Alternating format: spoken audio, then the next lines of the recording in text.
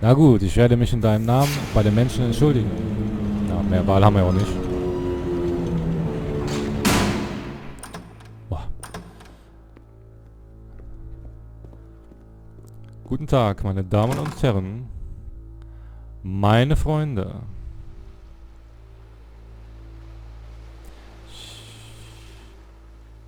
Ich habe nichts Gutes mitzuteilen.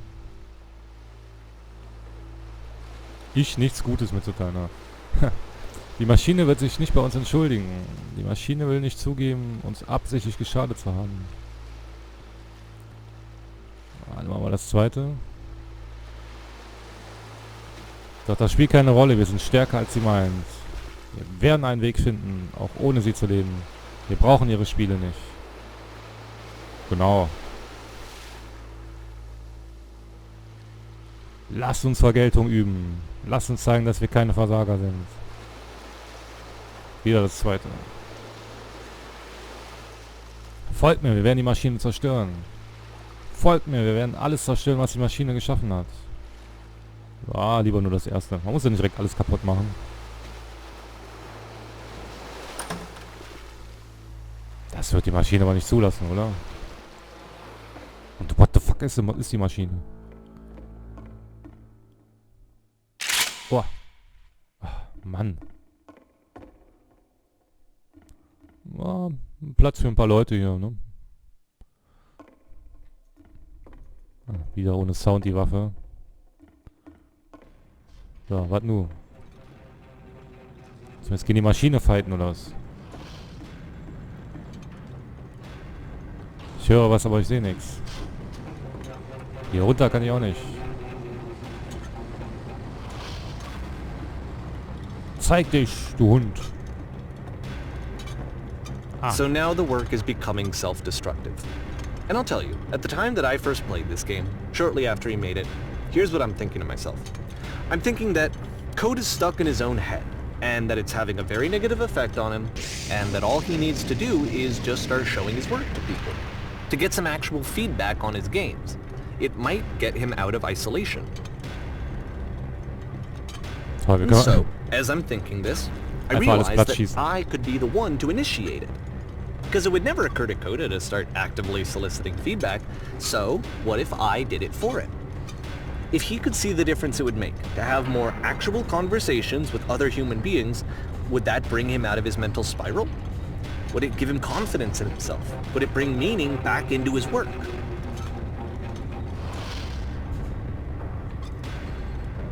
Er will einfach nur alles vernichten. Alles. Alles, was er geschaffen hat. So I started showing Coda's work to people.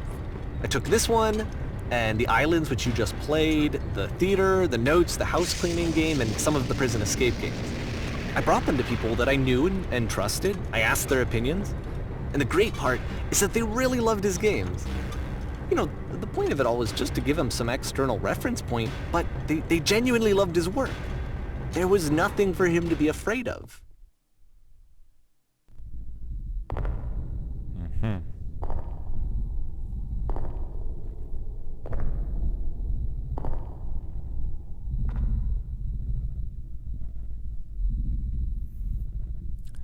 Runter mit der Waffe.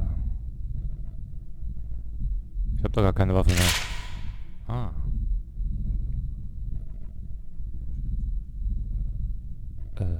Can you see why I felt like this was the right thing to do?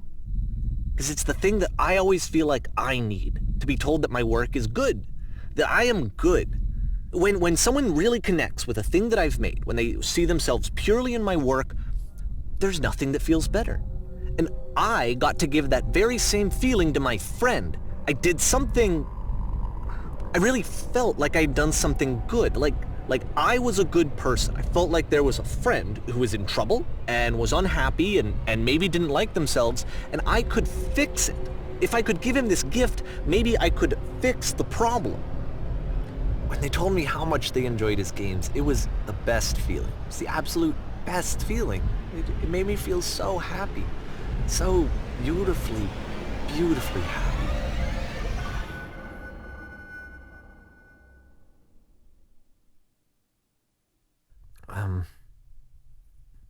So anyway, Coda finishes this game, and then really he just kind of takes off for a while.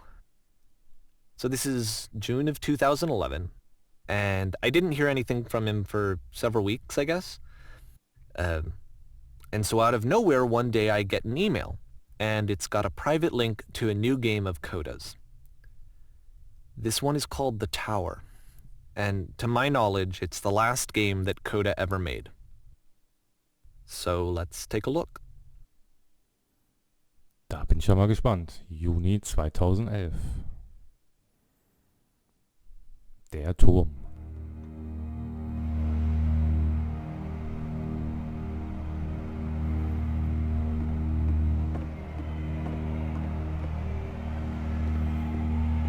And this is where I have trouble saying anything meaningful about Coda's work. Because more than anything else, The Tower just feels distant. It feels like it's trying to distance itself from the world. It's a very cold game. Ja, das merkt man direkt am Anfang. Die Atmosphäre ist auf jeden Fall sehr düster.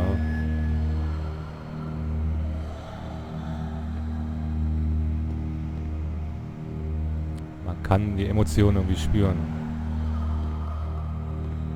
This room actually has a maze in it. Oh nö, ich mag keine Labyrinthe. Oh nö. Except that all the walls of the maze are invisible. And then every time you touch one of the walls, there's this awful flashing and noise, so the experience is really miserable. The game goes beyond not being meant to be played, it actually seems to despise the player for trying to play it at all. But I do want to show you the rest of the levels, so when you're ready to continue, press enter and I'll put a bridge over the maze. Danke, ja. Ist ja unschaffbar, wenn du nicht mal die Mauern siehst. Das ist voll das Frustspiel dann. Aber eh nicht ganz ernst gemeint. Von daher. And to be fair, it's not like this is the first game that's needed some modification to be playable. Like the house cleaning game. You know, that one used to actually loop the cleaning chores and you just cleaned a house forever. I had to cut it off so that you could exit the house and the game would actually end. But that game had an idea that it was actually trying to communicate. What's the deeper idea behind the invisible maze? Tja, das frage ich mich auch. Macht irgendwie überhaupt keinen Sinn.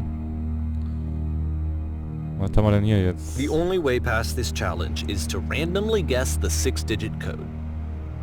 Like the invisible maze, it's frustrating to me, because it's the opposite of everything else that Coda has made. It doesn't encourage thought or engagement. It doesn't ask anything of me, except a lot of my time. If I could have reached him during this time, then maybe I could have asked him, but I couldn't. I still don't really understand why this is here. I'll put the code on the ground for you here, though, so that we can move on. Okay. 1. Gibt's ja Millionen Kombinationen, ne? Also wenn wir jetzt nicht den Code jetzt da stehen haben müssen, muss ja hier tagelang dranhängen, um das zu lösen. Ich glaube, so ein Spiel wird sich sehr schlecht oder bescheiden verkaufen.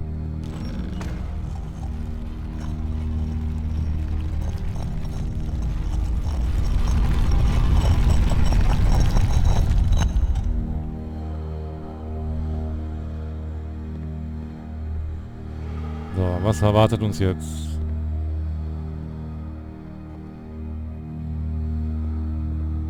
The switch to open this door is actually on the other side of the door, meaning that it's literally impossible to solve from this side. So even if you somehow brute forced your way through the first 2 challenges, and you got to this point, there's actually just no way to progress. And it's scary for me, the idea of Coda cutting himself off entirely, just saying, you know, that's it, that's the end of the conversation, not giving me any way to fix the problem. I feel like a failure, I guess, when I can't fix the problem. But I can open this door for you, so let me do that. Bitte. Danke. Was I a failure for not understanding this game?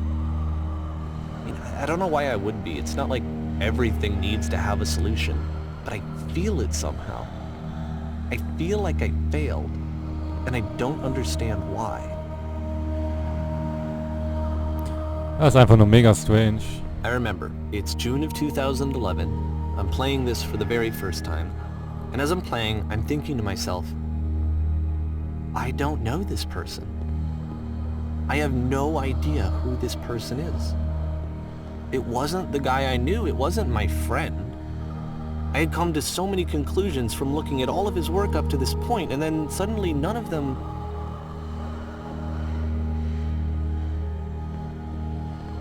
I had been trying to, though. That was the thing. For years I was trying to get to know him, to understand who he actually was and what he stood for. I asked him so many times to please just tell me what his games mean to him. I asked him please to tell me what the 3 dots mean. And he wouldn't. Der Typ hat auf jeden Fall ein geistiges Problem. Also der die Spiele hier gemacht hat. Dieser Coda, den meine ich natürlich. Falls es diese Person überhaupt gibt, wäre auf jeden Fall ein Arzt keine schlechte Idee. I just felt so strongly that if I could have connected with him, that if I could have somehow made his work my own, that I would finally be once and for all happy. It was that I needed to see myself in someone else. I needed to be someone other than me. But he stopped and left, and it felt somehow like I had failed.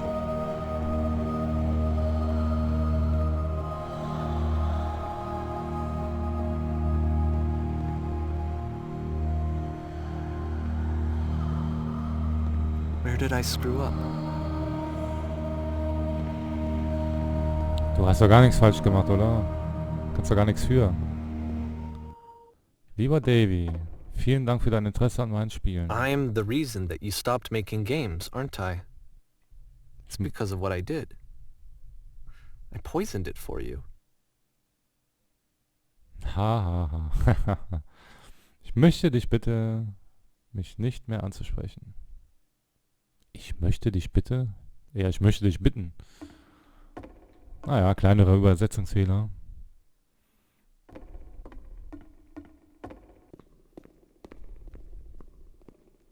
I don't think I ever told you this, but when I took your work and I was showing it to people, it actually felt... it felt as though I were responsible for something important and valuable.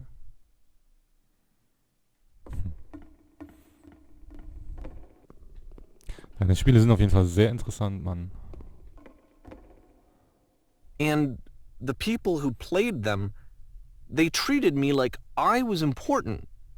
They really listened and cared about what I had to say. Even though I was showing your work, it was... I felt good about myself. Finally. For a moment, while I had that, I liked myself.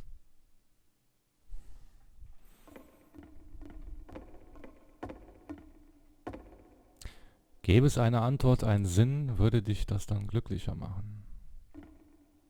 Würdest du aufhören, meine Spiele gegen meinen Willen anderer zu zeigen? Ihnen etwas zu geben, was du ihnen gar nicht geben solltest? Die eine Grenze zu überschreiten, die mich in Sicherheit hält?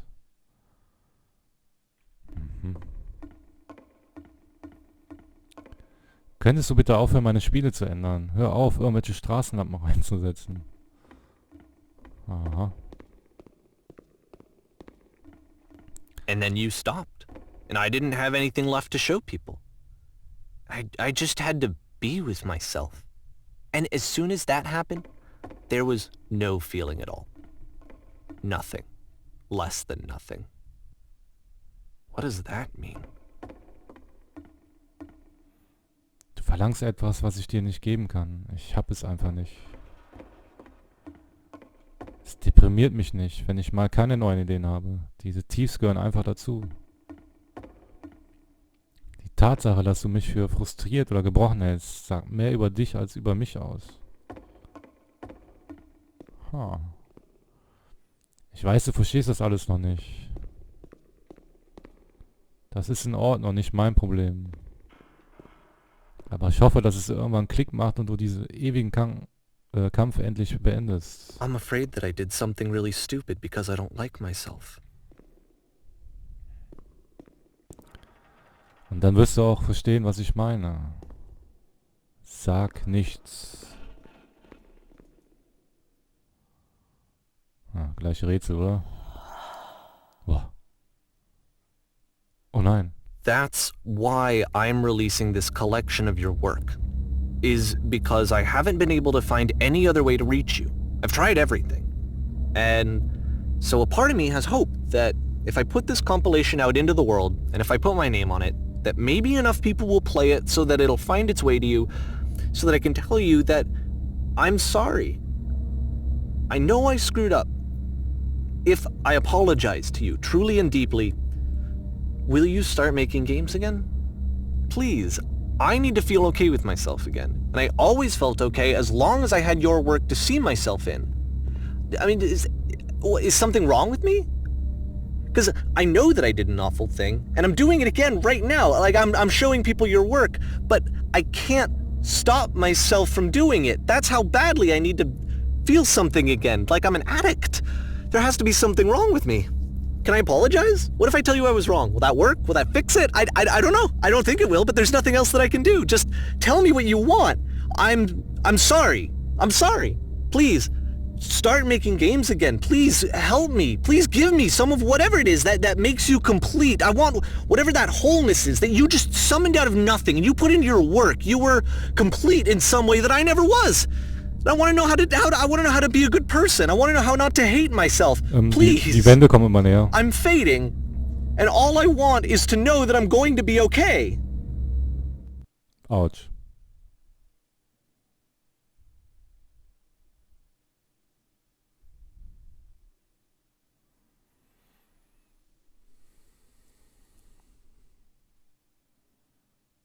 Epilog.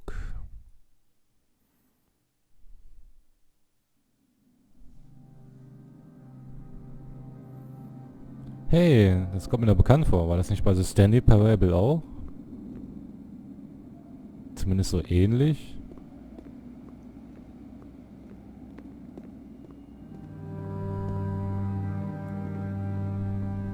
Ah, schicker Bahnhof. More love, more praise, more people telling me that I'm good. Always more. It's like a disease.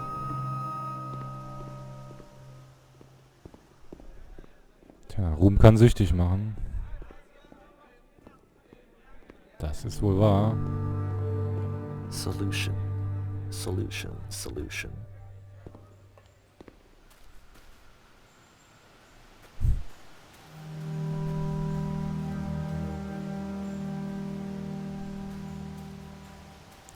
Sieht auf jeden Fall nicht schlecht aus hier. I guess if someone had told me ahead of time that he just really enjoyed making prison games, maybe I wouldn't have thought he was so desperate.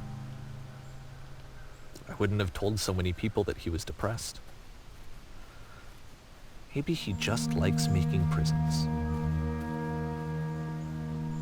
Das kann natürlich auch sein. Oder er wollte einfach nur kreativ sein und hat seine Ideen freien Lauf gelassen. Even now, the disease is telling me to stop. Don't show people what a shitty person you are. They'll hate you.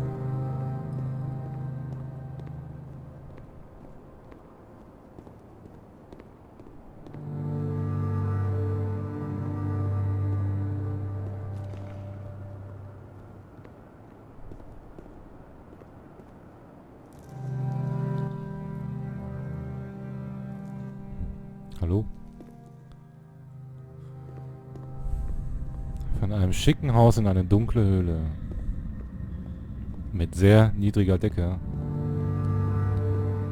Also für Leute mit Platzangst ist das hier nix. Aber da wird's doch schon If besser. I knew that my life depended on finding something to be driven by other than validation, what would that even be? It's strange, but the thought of not being driven by external validation is unthinkable. Like, I actually cannot conceive of what that would be like.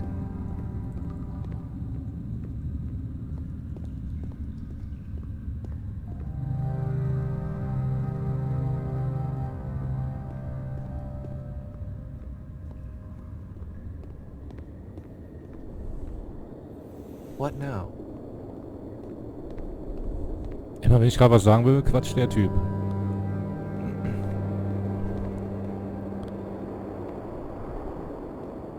Wo kommen wir hin? I think I need to go. And I'm sorry, because I know that I said that I would be here and I would walk you through this, but I'm starting to feel like I have a lot of work to do. I have a lot that I need to make up for, and so I'm just gonna... Okay. Okay, ich glaube, da sind wir wieder ganz am Anfang. Ne, das ist nicht das Counter-Strike-Level.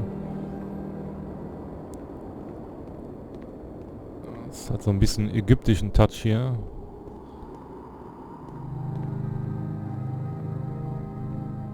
Eine merkwürdige Welt.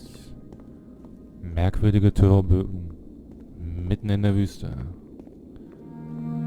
Was ist das für ein Ort? Wo sind wir hier gelandet? Was müssen wir hier machen?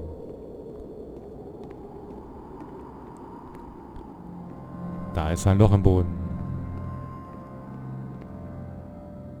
Man kann den Grund nicht sehen. Wir springen trotzdem rein.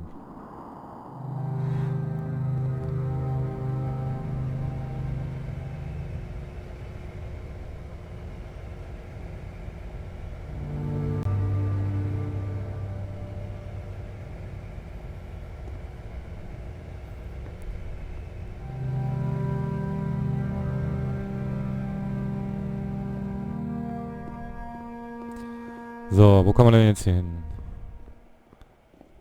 Wir sind wieder mit dem Bahnhof. Warum? Sind wir wieder in einer Endlosschleife?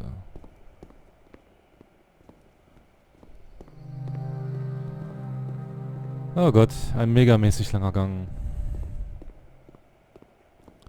Rennen können wir nicht. Da hinten ist doch dieser Blitz wieder. Die Flüstermaschine.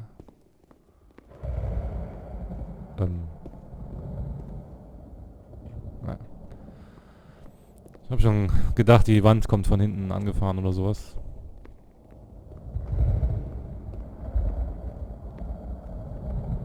Das könnte auch ein Gewitter sein. Aber blauer Himmel und Gewitter? Oder macht diese Maschine diese Geräusche? Fragen über Fragen. Ich springe einfach mal rein.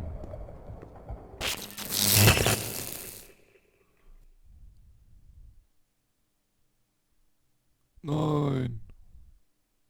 Hä?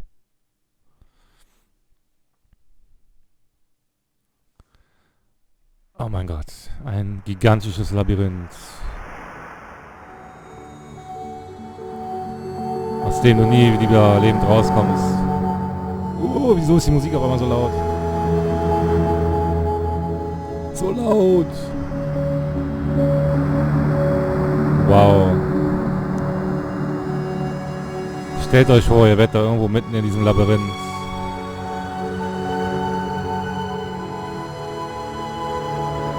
Gibt es hier überhaupt einen Ausgang? Und wenn ja, man braucht ja bestimmt Jahre, um hier rauszufinden.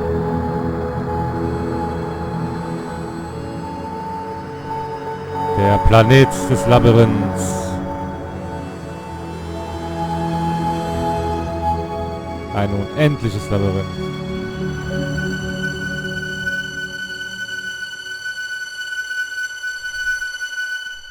Und laute Musik, die einmal Trommelfell zerstört. Bei so hohen Tönen.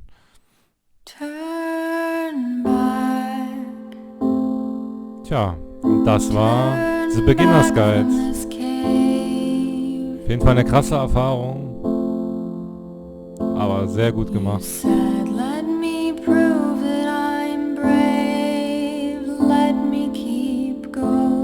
Man merkt zumindest irgendwie so ein bisschen, es hat auf einen Einfluss. Und ich fand es wirklich auf jeden Fall richtig gut. Ist übrigens käuflich zu erwerben für nur 9 € bei Steam. Wer mal selber die Erfahrung machen will, dem kann ich nur empfehlen, das sich zu kaufen. zwar ein bisschen kurz, aber auf jeden Fall sehr gut gemacht. Ja, Leute, ich würde sagen, ich lasse den Abspann noch durchlaufen. Und wir sehen uns dann im nächsten Let's Play wieder, wenn ihr mögt. Drückt auf Gefällt mir, abonniert mich, würde mich sehr freuen. Und wir sehen uns dann im nächsten Let's Play. Bis dahin, ciao.